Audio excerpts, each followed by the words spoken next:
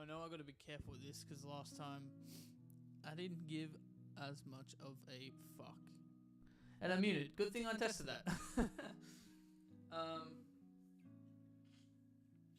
feel like we're not even going to post on the story today. We're just going to fucking run the live. I'm not sure if people will join or not.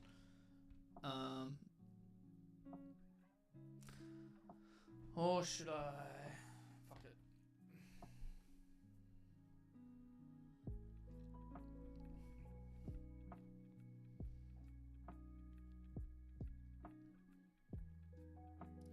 I don't know if you guys will see what I'm seeing right now.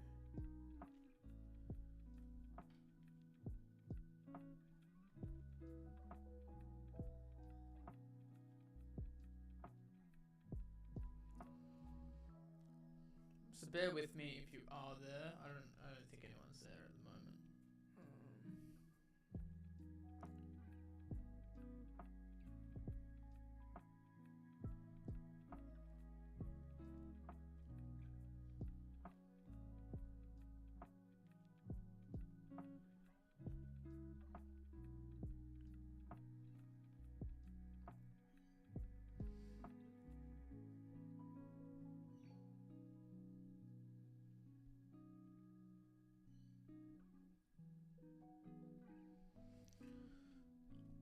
Just need the link.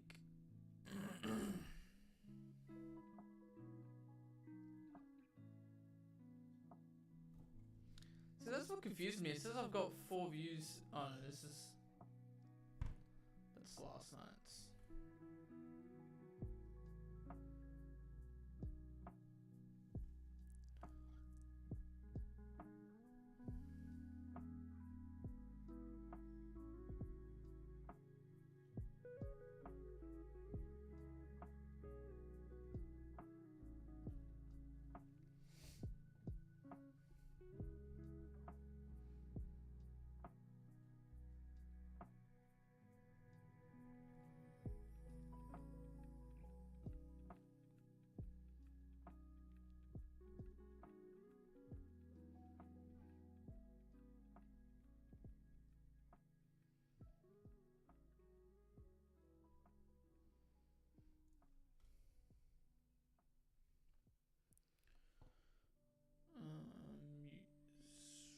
Music.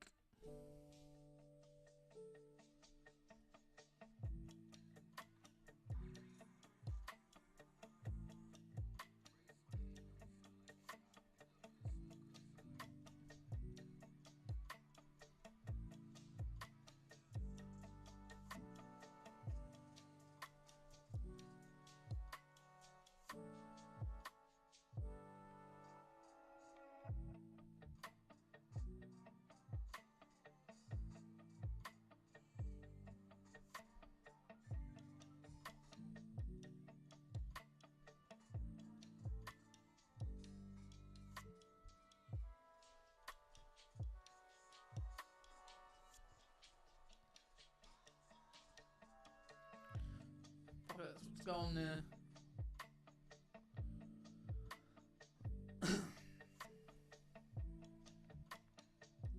Let it upload.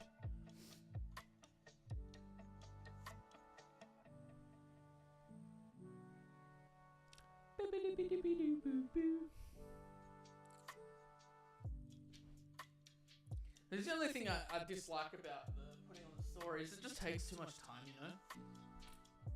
Like, I want it to take less time.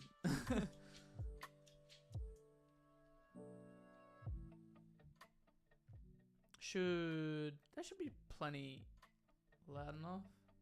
I don't know, I struggle with these fucking volumes, eh? There we go. Oh. Oh, boop, boop, boop, boop.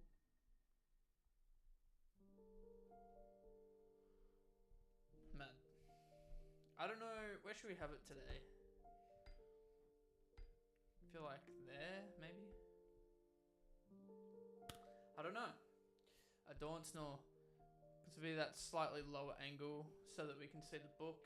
I feel like I should probably do this as well. Boom.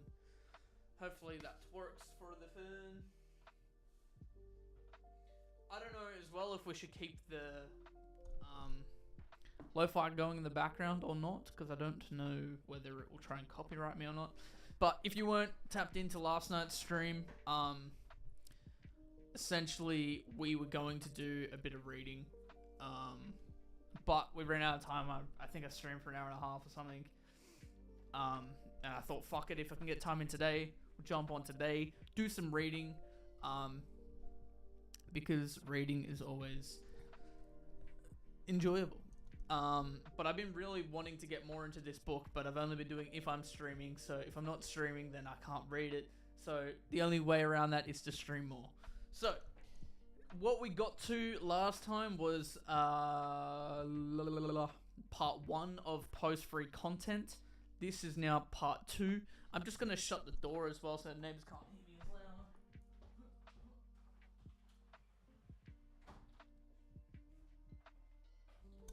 It's kind of cool. I just saw the neighbors' clothesline. They got like navy, what are they called?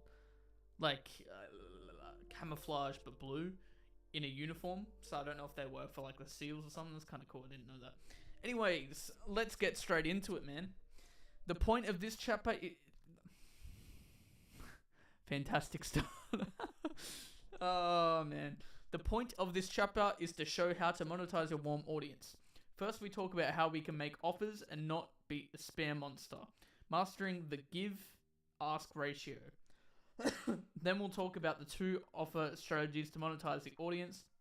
After that, I'll talk about how to scale your output so you can grow a bigger audience faster and make even more money. Then I'll share a bunch of lessons I've learned in building my own audience that I wish I had known sooner. Finally, I'll wrap this up with how you can take action on everything today. I fucking love that. Mastering the give-ask ratio. That's Gary V. Interesting. Don't know how to pronounce his last name. Vaynerchuk popularized jab, jab, jab, right hook. It simplifies the idea of giving to your audience many times before making an ask. Fuck me. You deposit goodwill with rewarding content, then withdraw from it by making offers. When you deposit goodwill, your audience pays more attention. When you deposit goodwill, your audience is more likely to do what you ask. So I try to under-ask my audience and build as much goodwill as possible. That is also a good point of, you know, like, give. I guess that's what that jab, jab, jab, right hook is. But give, like, just always giving, what's it called? Like, demand, not even demand, people aren't asking for it. I don't know the right fucking terminology. Would even, and I'm manhandling the camera right now, maybe get T out of the way. Is that a better, maybe that's a better view for the minute. I want to get part of the book in there, you know? I'm going to leave it at that angle. I'm also going to, if it's there, and if I can, chuck it on charge. Hectic. That's decent. I don't know if my head's gonna constantly be out of shot, but this gives an overview of everything. I like this. I'm fucking with, like, the setup's coming along somewhat. I haven't added much to it, but, like, there's things going on now, you know? I'm getting more of a swing of it. Anyways, let's continue with this. I don't want to fucking run out of shit. Thankfully, the give-ask ratio has been well studied. Television averages 13 minutes of advertising per 60 minutes of airtime. Okay. That means 47 minutes are dedicated to giving and 13 minutes are dedicated to asking. That's a rough 3.5 to 1 ratio of giving to ask. On Facebook, it's roughly 4 content posts for every 1 ad on that newsfeed. This gives us an idea of minimum give-ask ratio we can sustain. After all, television and Facebook are mature platforms. They care less about growing their audience and care more about making money from them. So they give less and ask more, which means give, ask. Is the ratio that gets us closer to maximal maximally monetizing. I don't know how to say that word. An audience without shrinking it. But most of us want to grow, so we shouldn't model them. We should model growing platforms. So what do growing platforms do? They display lots of content without any advertisements at all. In short, they give, maybe ask. They dramatically overgive and under ask. Why? Because the more you reward your audience, the bigger it gets. So if you want to grow an audience, give far, far more than you ask. Interesting. An old tweet says, most people don't make money because they can't wait 12 months. Very true. And now that I have some experience with it, I've got a slight tweak on the traditional ask-give strategy that puts it on steroids. Give until they ask. It's got a little diagram. Free. Yes, I'll accept the money. You're great. Can I pay you? So it's essentially saying, I guess that's what happens with music. You give, but that's a tricky one because it's like, yeah, don't ask, but at the same time, if you never ask, sometimes that can mean you're missing opportunity at the same time. It's an interesting one. People are always waiting for you to ask for money. And when you don't, they trust you more. They share your stuff more.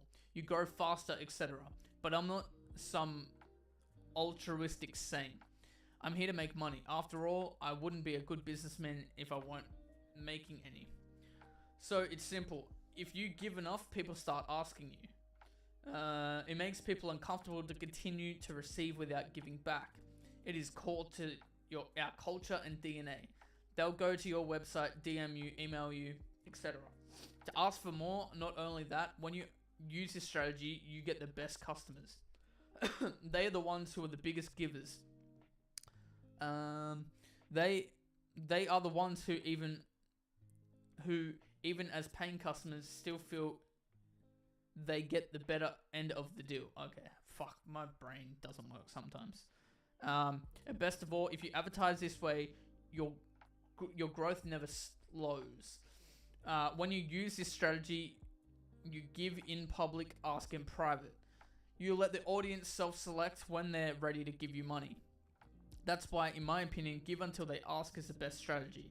But if you feel like asking, I get it. So let's talk about how to ask. If you're going to do it, you might as well do it well. Bottom line, the moment you start asking for money is the moment you decide to slow down your growth.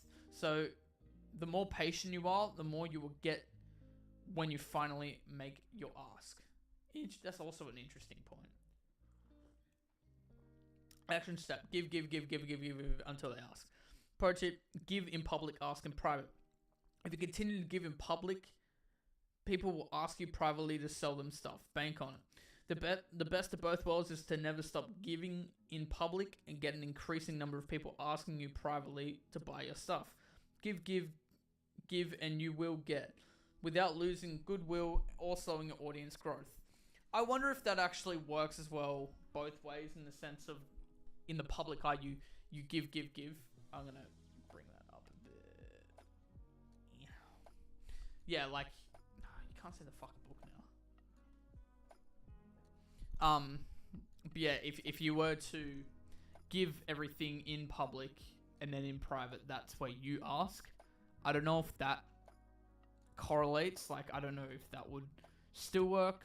I don't know, but let's continue reading it. How to make money from your content, ask. So to be clear, I think you should use the give until they ask strategy, but if you need to pay rent, feed your family, etc., I get it. Sometimes you've got to ask. So let's talk about how to do that without sounding like a nincompoop. I fucking love that word. To be clear, I think you should... Think of asks as commercials. You interrupt this program with a very important message. Since you are the one providing the value, you interrupt your own content with commercials about the stuff you sell. But since it's your audience, you pay the cost of potential loss of trust, slowing growth, and of course, the time it took you to gather the audience in the first place. But money-wise, it's free. Now, I use two strategies to weave promotions into content: integrated offers and intermittent offers. let's cover both. Sort of has a little diagram again. That doesn't really fucking make much sense, but I think it's showing. I don't know. Anyways, integrated. You can advertise in every piece of content so long as you keep your give-ask ratio high. You will continue to grow your warm audience and get engaged leads. Win-win. For example, if I make an hour-long podcast, having 3 times 30-second ads means I have 5.85 minutes of giving and 1.5 of asking, well above the 3.1 ratio. That's also interesting. So it should always be around 3 to 1.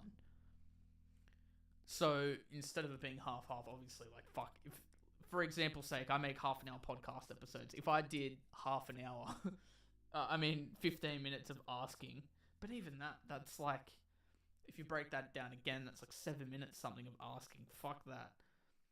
Making the ad very small would be good. Anyways, on the flip side, I had a friend who had a podcast that blew up quickly, eager to monetize his new audience.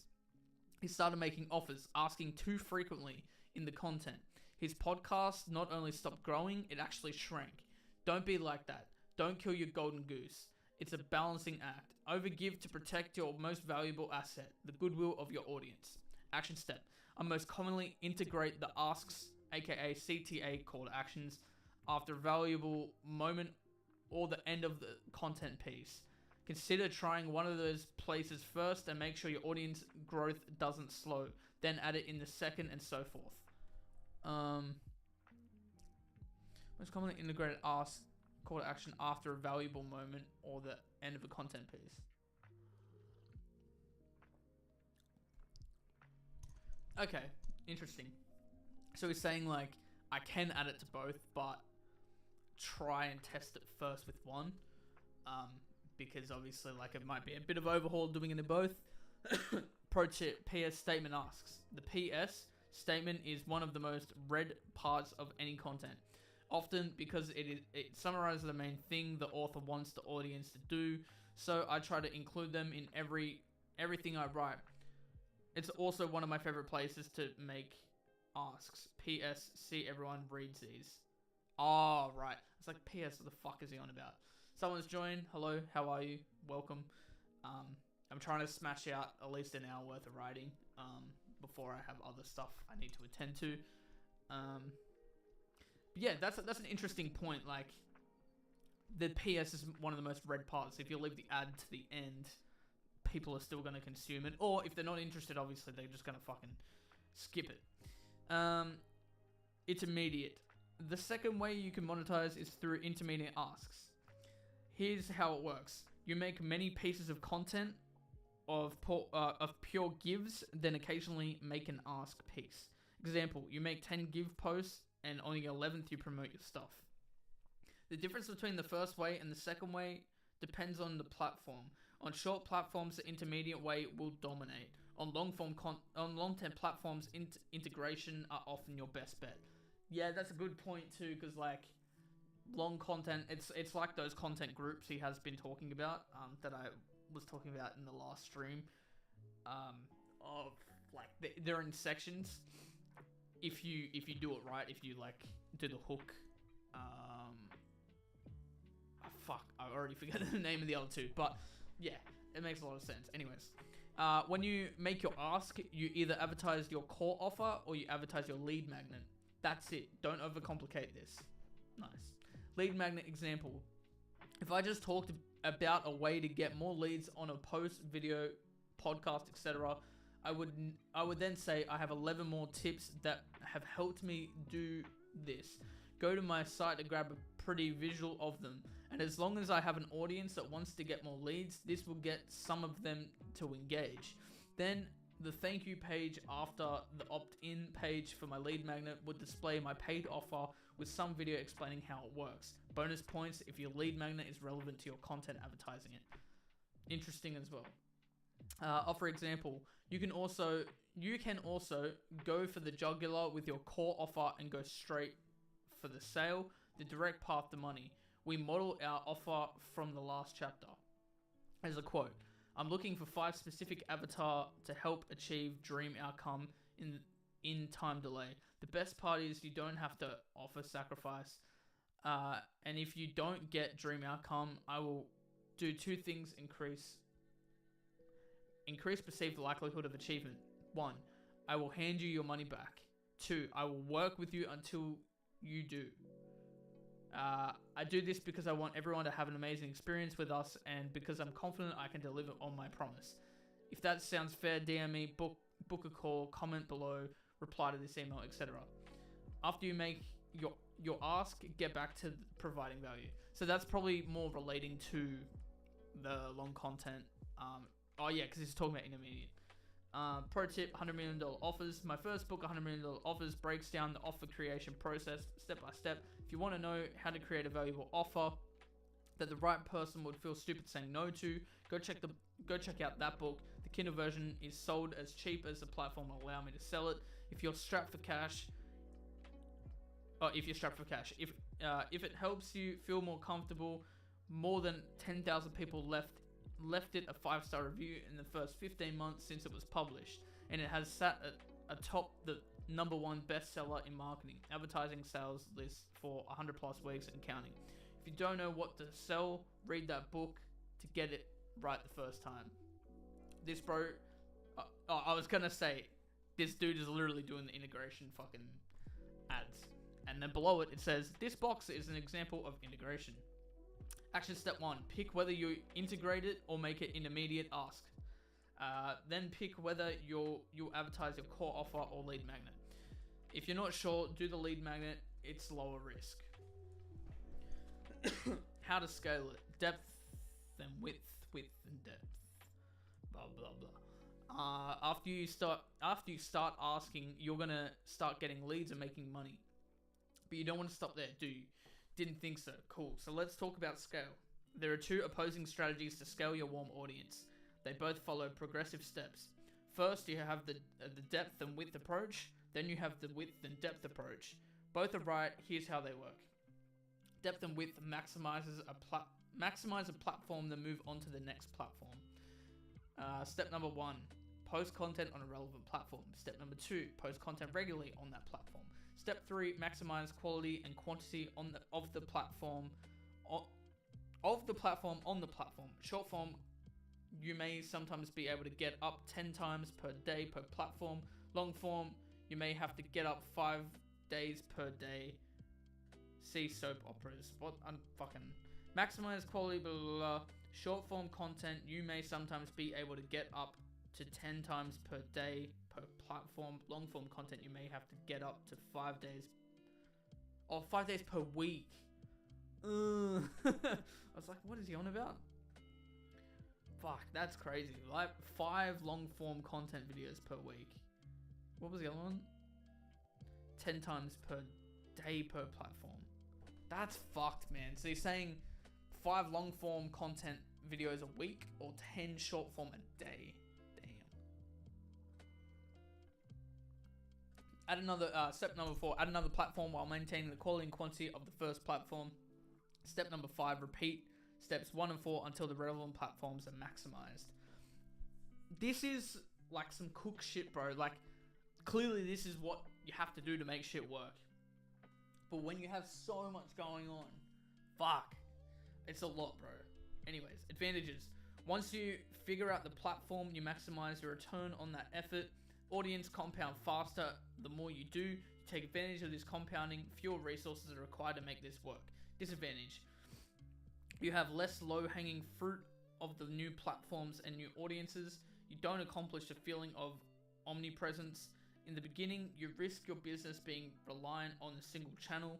This is a risk because platforms change all the time and sometimes ban you for no reason. If you only have one way to get customers, it can kill your business if it gets shut down. That's a very valid point. Width and depth. Get on every platform early, then maximize them together. Step number 1, post content on a relevant platform. Oh, so that makes more sense of how, like, that's still a lot of videos, but it makes a lot more sense of that's how much you need to pump out for that one platform if you're focused on that one. I thought he was meaning for fucking everything. That's what I was like, that's ridiculous. Step number 1, post content on a relevant platform. Step number 2, post content regularly on that platform. Step 3, here's where this strategy differs from the one before. Instead of maximizing your first platform, move on to the next relevant platform while maintaining the previous. Step 4, continue until you are on all relevant platforms.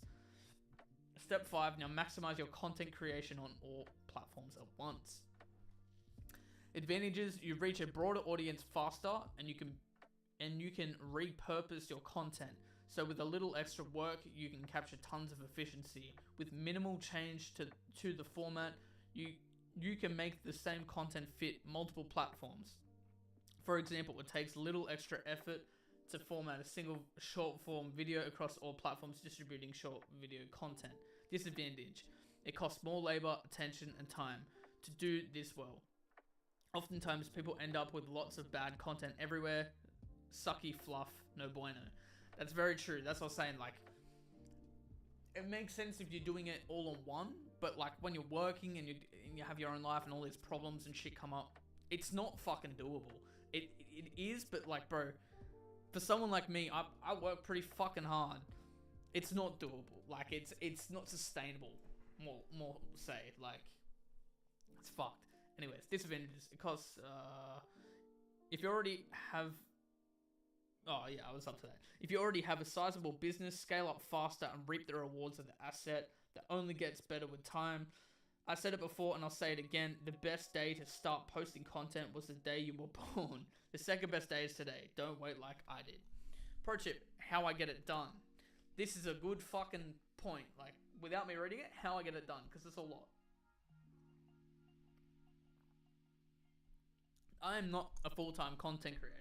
I run businesses, but content creation is part of my responsibility. Here's my simple process for recording. I find topics using 5 ways from the topics section in part 1 of this chapter. This takes me about an hour. I find topics using the 5 ways from the topics section. Okay. I sit down twice every month and record 30 or so short clips based on step 1. On the same day, I record 2 to 4 longer videos unpacking tweets that more stories or relevant examples. This creates my longer form content.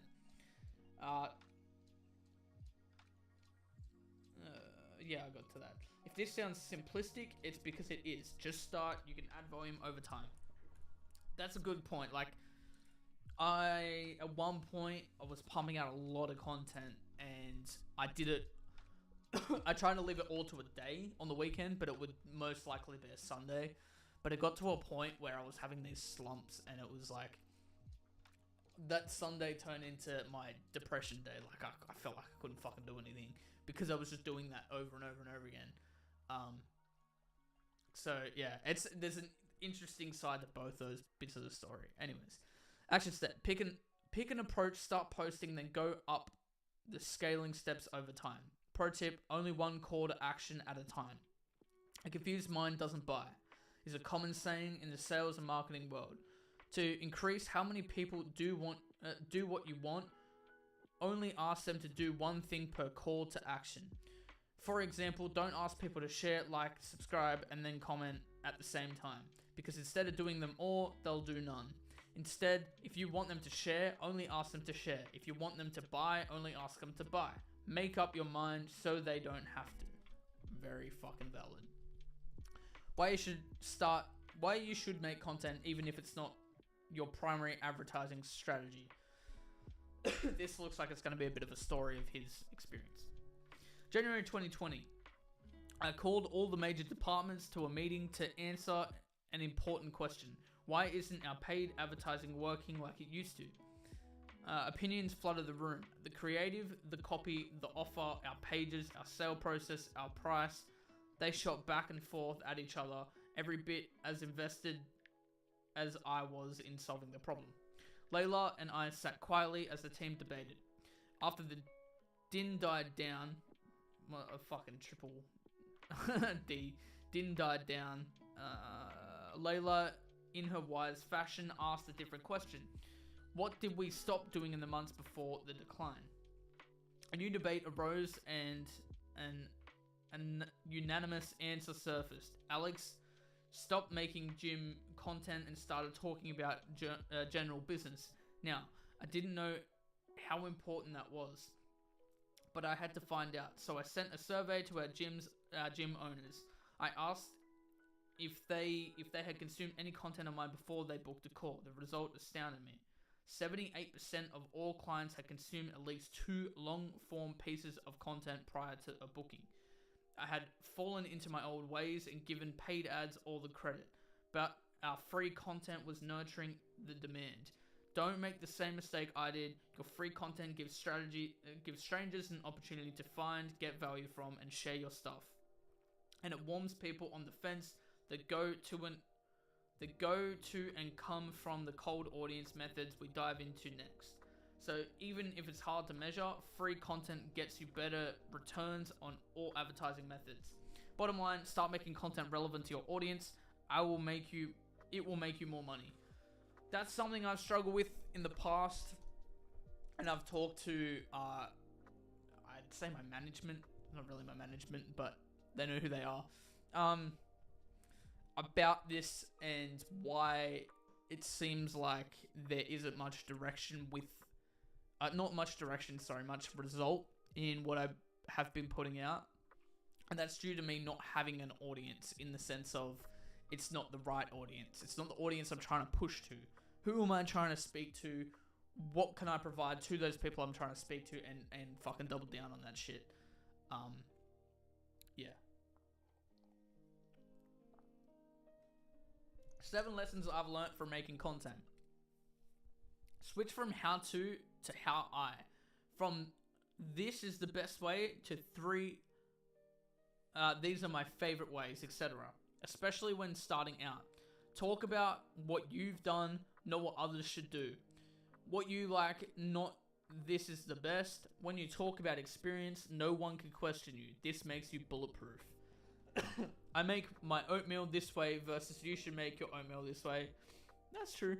How I built my 7-figure agency versus how to build a 7-figure agency. My favorite way to generate leads from my business versus this is the best way to generate leads from your business. It's subtle, but when you tell your experience, you are sharing value. When you tell a stranger what to do, it's hard to avoid coming off preachy and arrogant. This helps avoid it. I don't want to name names, bro, but I know someone that's like that, but like on a fucking big extreme. And I don't, yeah. Anyways, I don't want to get off topic. We need to be reminded more than we need to be taught. You're a silly goose if you think 100% of your audience listens to 100% of you all the time. For example, I post about my book every single day. I surveyed my audience and asked them if they knew I had a book.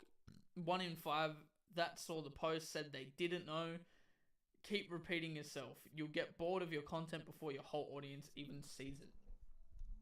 Puddles, ponds, lakes, oceans. Narrow the focus of your content. If you have a small local business, you probably shouldn't make general business content. Not at first, at least. Why? The audience will listen to people with better track records than you.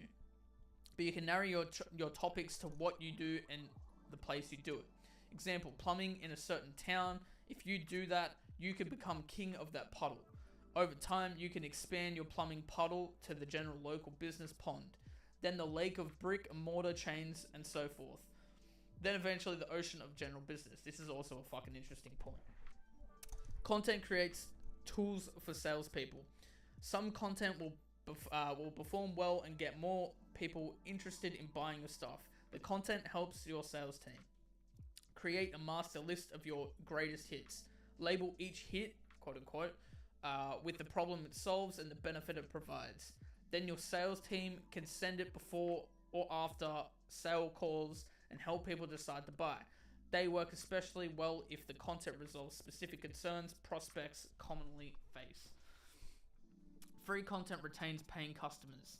How a customer gets value from your matters less than where they got it, sorry.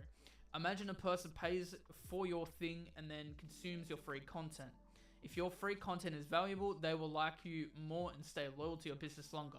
On the flip side, if they consume your free content and it sucks, they will like your paid product less. Good point as well. Here's something you may not know. Somebody who buys your stuff is more likely to consume your free content. This is why it's so important to make your free content good. Your customers will include it in how they calculate their ROI or return on investment from your paid thing. People don't have a shorter attention spans, they have higher standards. Repeated from emphasis, there's no such thing as too long, only too boring. Streaming platforms have proven that people will spend hours binging long-form content if they like it. Our biology hasn't changed, our circumstances have. They have more rewarding stuff to choose from. So make good stuff people like and reap the rewards rather than whining about people's short attention spans. So fucking true, bro. Like, yes, people have short attention spans, but he's got a point. If people's attention spans have shortened, then you have to just learn how to entertain them for longer.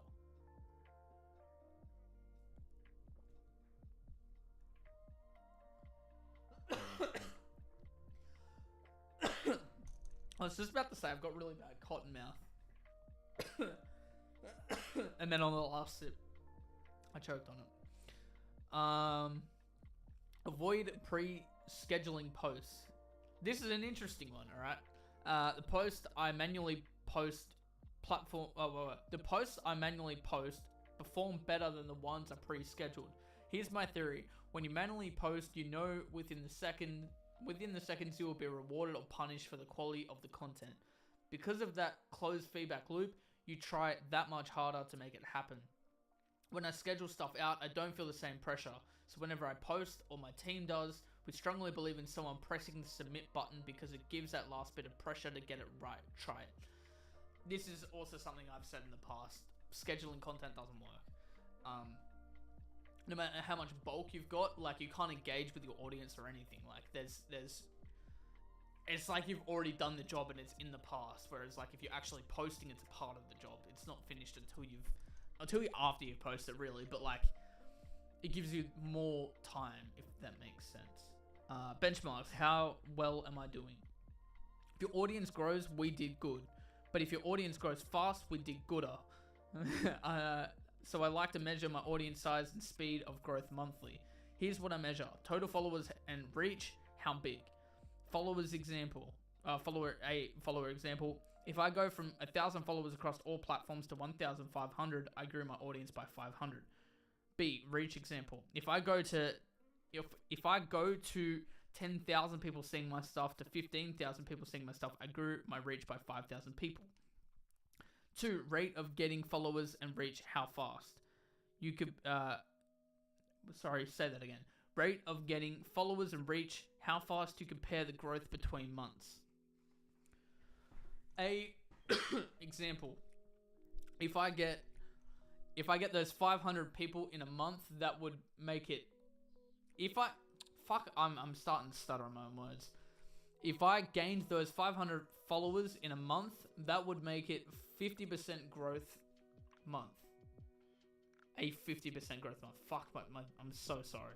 500 new compared to over 1,000 started equals 50% growth rate. Oh, okay.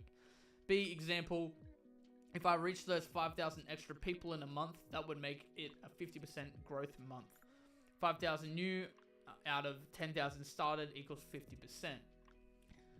Remember, we can only control inputs. Measuring outputs is only useful if we are consistent with inputs. So pick the posting cadence you want to stick with on a particular platform, then pick your ask cadence on the platform, how you will direct people become engaged leads. Then start and do not stop. Tweet, it's amazing what you can accomplish if you don't stop once you start. For reference, I posted a new podcast twice a week for 4 years before even getting picked up on the top 100 list. Because I did the same thing every week for years, I knew I could trust the feedback. In the beginning, it doesn't grow much. It took time for me to get better, and I knew I had to make more.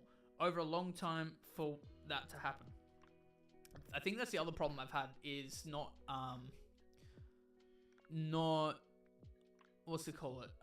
using analytics and studying analytics and like bettering the content. That's also something I've slept on. Anyways, so if your listeners go from 10 to 15 in a month, that's progress, baby. Even with small absolute numbers, that's 50% growth, monthly growth. It's why I like to measure both the absolute and relative growth and pick the one that makes me feel better. Ha. As my friend Dr. Keishi says, I'm probably butchering that name, the more ways you measure, the more ways you can win. Be consistent, measure a lot, adapt to feedback, be a winner. To close the loop, in its 5th year, my podcast, The Game, became a top 10 podcast in the US for business and top 500 in the world.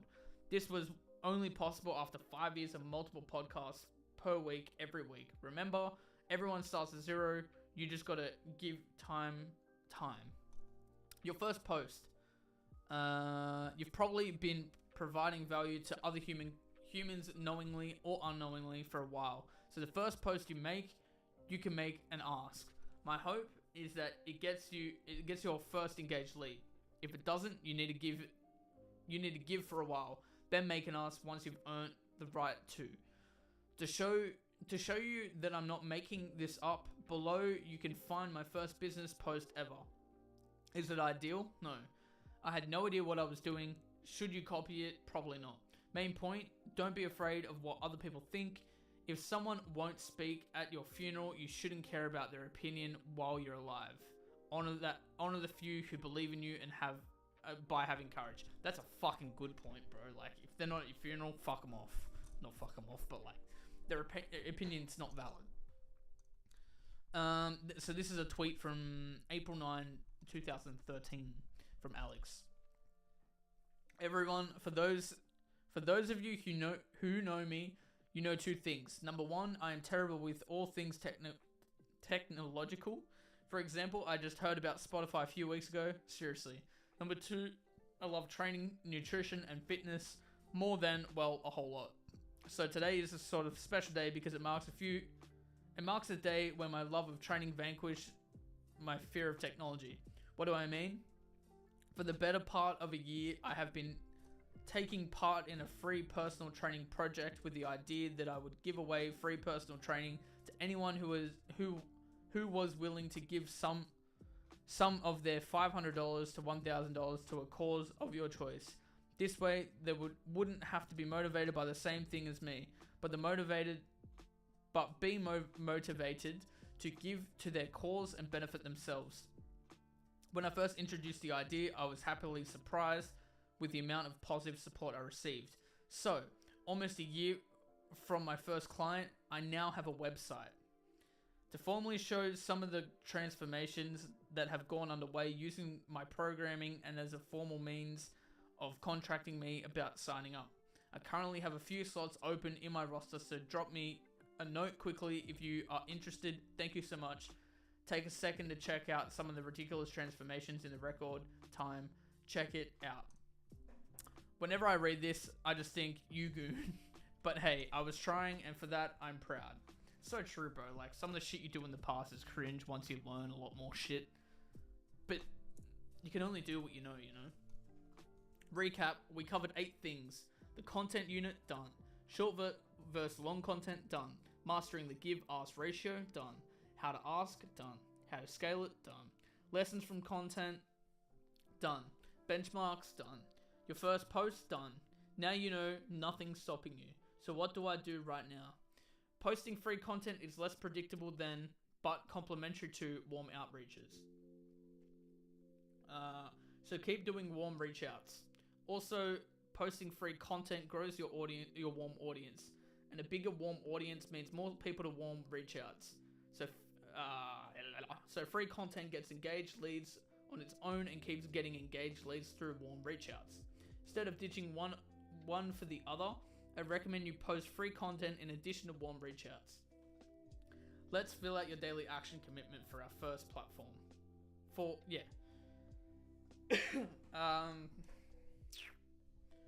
Post content daily checklist. Who, yourself, what, value, blah, blah, blah. So it's got like a little diagram here.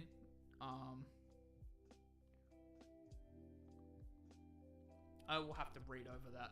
That's not making any sense. Next up, first we start with warm outreach.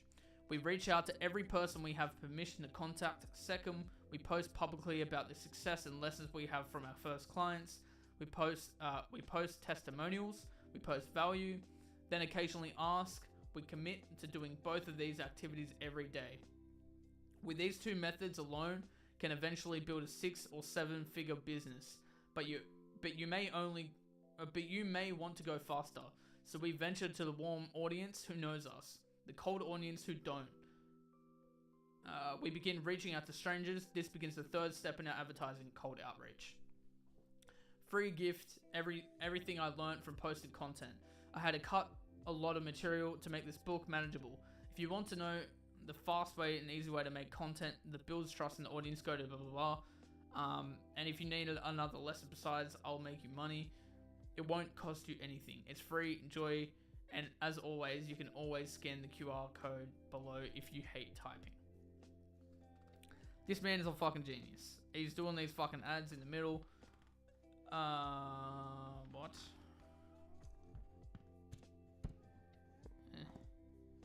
Pages are fucking stuck. Free goodwill. Okay, so this is the next chapter. Wow. There was a lot in that. Yeah, I feel like I've never written notes or anything while reading a book, but there's definitely a lot of shit in here that I'm gonna have to go back through because there's a lot to soak up, you know. But I'm just super keen to fucking apply action to a lot of this shit. It's gonna take time, and I'm well aware of that. It's already taken me this time to get to where I am now, like to realize all this shit, be in the position I'm in, you know, have all these life events happen to me. It's taken this amount of time to get here. So I expect it to take probably the same amount of time, if not longer, to get to the next step, you know. It's exactly what he was saying as well. Like, you can't expect anything to happen overnight. Like, it takes years and years and years. But that's why people quit, because it takes too long and they're fucking impatient, you know. Yeah, this has been good. I probably will not stream for the rest of the week. I have got a meeting tomorrow morning, gig at night, and then studio session Sunday, while still trying to make content, edit, and do life activities, see the missus. I've still got this private job I need to call this dude about. So yeah, there's a bit on my plate, and I'm trying to learn all this and actually apply action to it all as well, because I feel like, as I've said, action's everything. You can learn as much shit as you want, but if you're not applying that knowledge in action, then it's pointless. So yeah, it's been good. I will see you guys Tuesday. Podcast episode coming out Monday, so make sure to put on notifications, check that out. Subscribe if you're not subscribed as well. And yeah, I'll speak to you guys on Tuesday. Peace.